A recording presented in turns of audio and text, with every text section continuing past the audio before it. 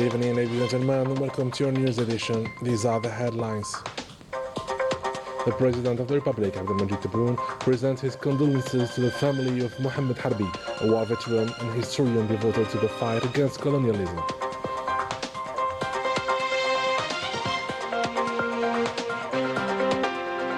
On the occasion of his passing, a portrait honors Mohammed Harbi's enduring legacy as historian and mujahid. And to ensure water security, major water supply connections from Western pumping station in Naama to serve 18 municipalities across 3 provinces. To the south of the country, where Janet continues to attract a growing number of visitors.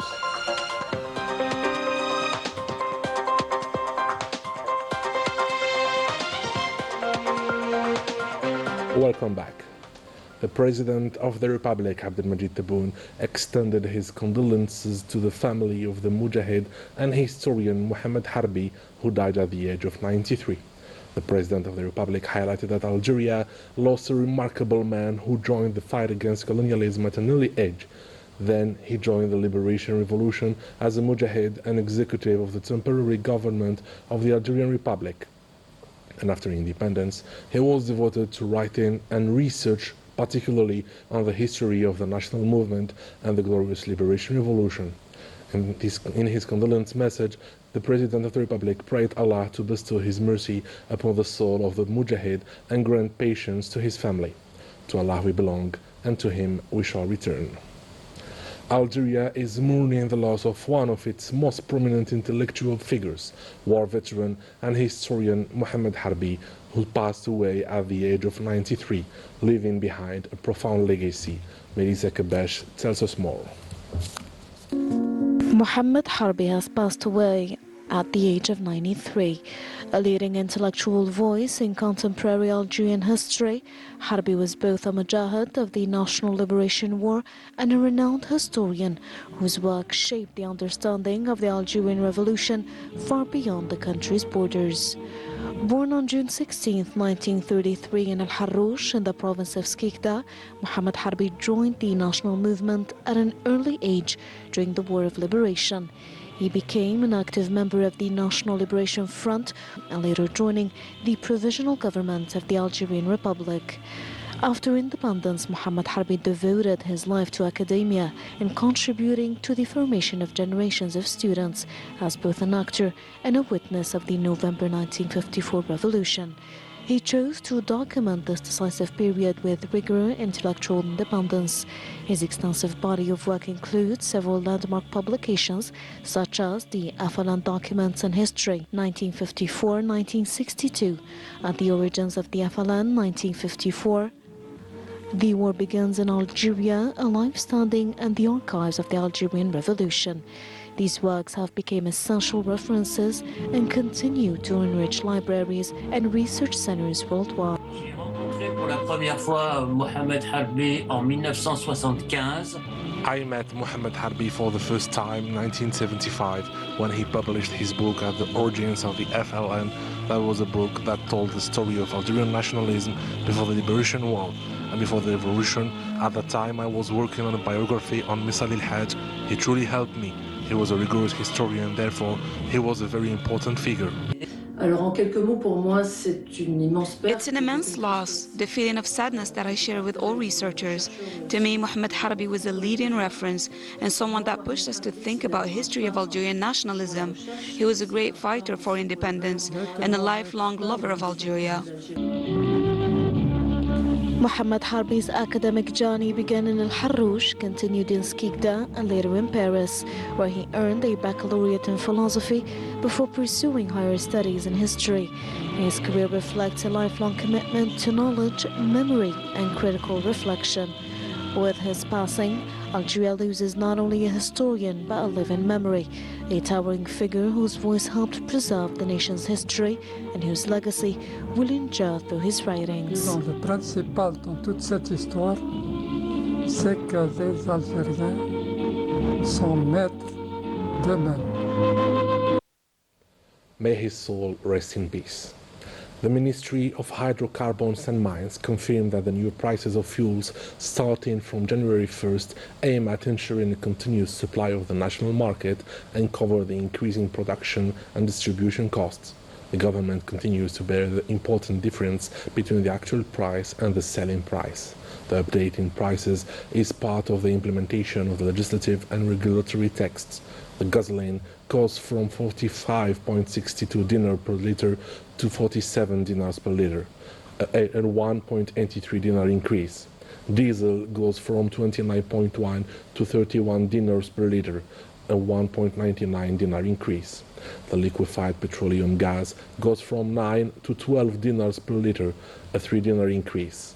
This approach aims at ensuring the stability of the public service and the protection of consumers against price fluctuations. The fuel prices that didn't increase in Algeria since 2020 remain among the lowest ones at the international level, adding that the revenue generated from this update will be directly allocated to modernize service stations, expanding retail network to bring closer to citizens, and developing storage and distribution activities. Moving on to the water security sector, where water distribution project is improving access to drinking water for communities in Nama and neighboring provinces, ensuring reliable supply and better living conditions for residents. Basma Far with the details. Starting from 65 artisan wells in Nama province, the Western Wells Water Transfer Project is supplying, in its first phase, more than 13 million cubic meters of drinking water every year. This volume is intended to supply 16 municipalities across provinces of Tlemcen and Sidi Bel Abbas, as well as 3 municipalities in Nama province. We used waterfront tanks located about 15 kilometers away, especially during harsh conditions like snow. Now water has been integrated, and thank God it is always available. In Abd al-Mula village, residents now benefit from water from local wells available 24 hours a day. Similarly, in Sidi Bel Qasim village, water is supplied around the clock. Recently, about 5 households in a nearby settlement were also connected. The second phase of the project is in its final stage. It features 19 standard pumping stations and more than 12 storage facilities. Once operational, it will provide over 130,000 cubic meters of drinking water per day, significantly boosting the supply of surrounding communities. The second phase is expected to produce over 86,000 cubic meters per day, bringing the total daily output from the wells to around 110,000 cubic meters, which is equivalent to about 40 million cubic meters annually. Over a distance of more than 700 kilometers of conveyance channels, the Western Wells water transfer ensures nearly 50 million cubic meters of drinking water annually. The water is subject to strict quality and safety controls, helping to cover shortages and meet the daily needs of local residents. In Morocco, across several regions, families are facing forced demolitions, displacement, and lingering disaster-related damage with no clear alternatives. Many say that they have been left exposed, unprotected, and forgotten. Basma Far. From one city to another, bulldozers are wiping out years of existence. Homes are reduced to rubble, memories are erased, and the dignity of entire generations is put at stake. This forced displacement policy carried out by the Makhzen is enforced with strictness but without fair or sustainable solutions. Families are pushed into the streets, facing uncertainty and abandonment. People are suffering from hunger and displacement. There is an urgent need for concrete solutions, either decent housing or real financial assistance to find shelter.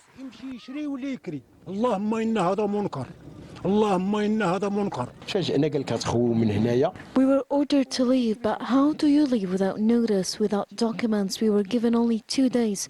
We were left with no alternative.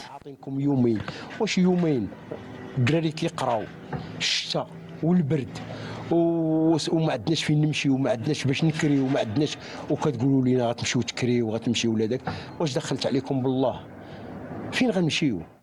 These demolition campaigns are not limited to urban areas. They intersect with another major tragedy, The plight of families affected by the Al-Haus earthquake, whether in cities or highland regions.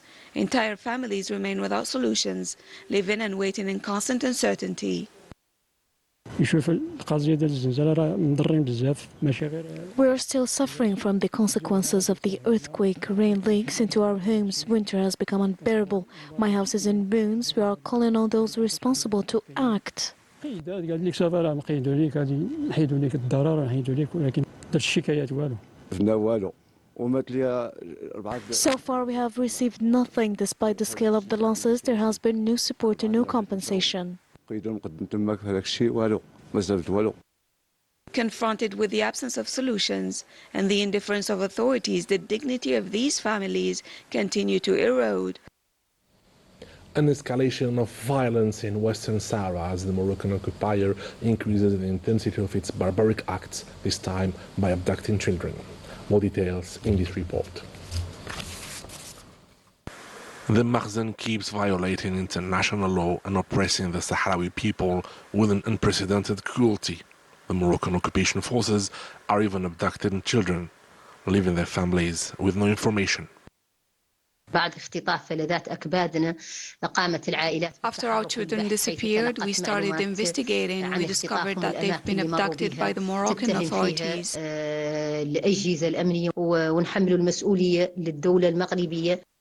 The Moroccan occupier has no respect for human rights, violation of the UN resolutions, in total impunity as Morocco faces no international pressure. History will remember that we are a peaceful people demanding its legitimate right. In some cities around the world, people are demanding the end of the Moroccan occupation in Western Sahara and the respect of the Sahrawi right to self-determination. I was in Western Sahara, the occupied territories, this year in August. Some pictures, and of course when we got on the bus to go to El Ayoun, we were already flagged, so we were deported from about our hotel around noon on a Sunday, and against two 28 and 27-year-old girls at our hotel door that didn't give us any explanation. They didn't show us any official badges. They weren't part of any police force. They were part of the occupation forces, the Moroccan occupation forces. In addition to its crimes, the Makhzen expelled 400 international observers from the occupied Sahrawi territories since 2014 to cover its barbaric acts.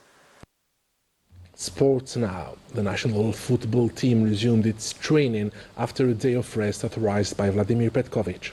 The players are getting ready to face the Democratic Republic of Congo on Tuesday.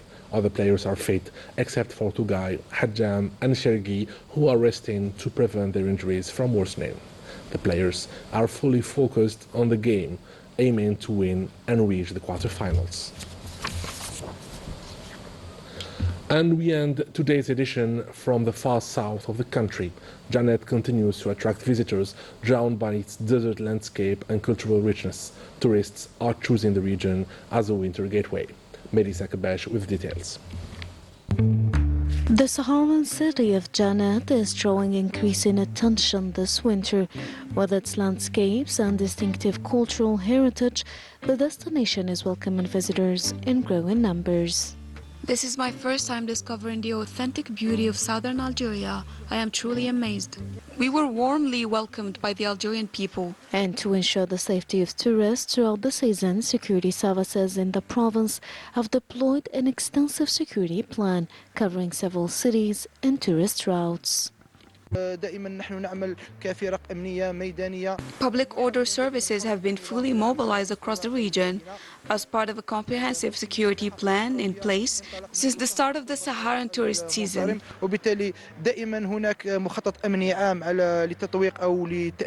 In addition to security measures, authorities have introduced simplified custom procedures to facilitate tourist arrivals and ensure faster border crossings. It's wonderful. I didn't expect this level of organization. We were very well received, and the procedures were made easy for us. The reception at customs was excellent.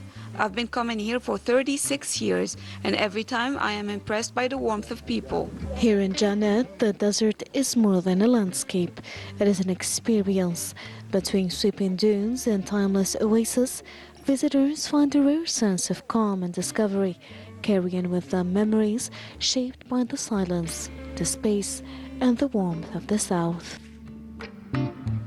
And with these breathtaking landscapes, we come to the end of our edition. Ladies and gentlemen, thank you for being with us. Have a good night.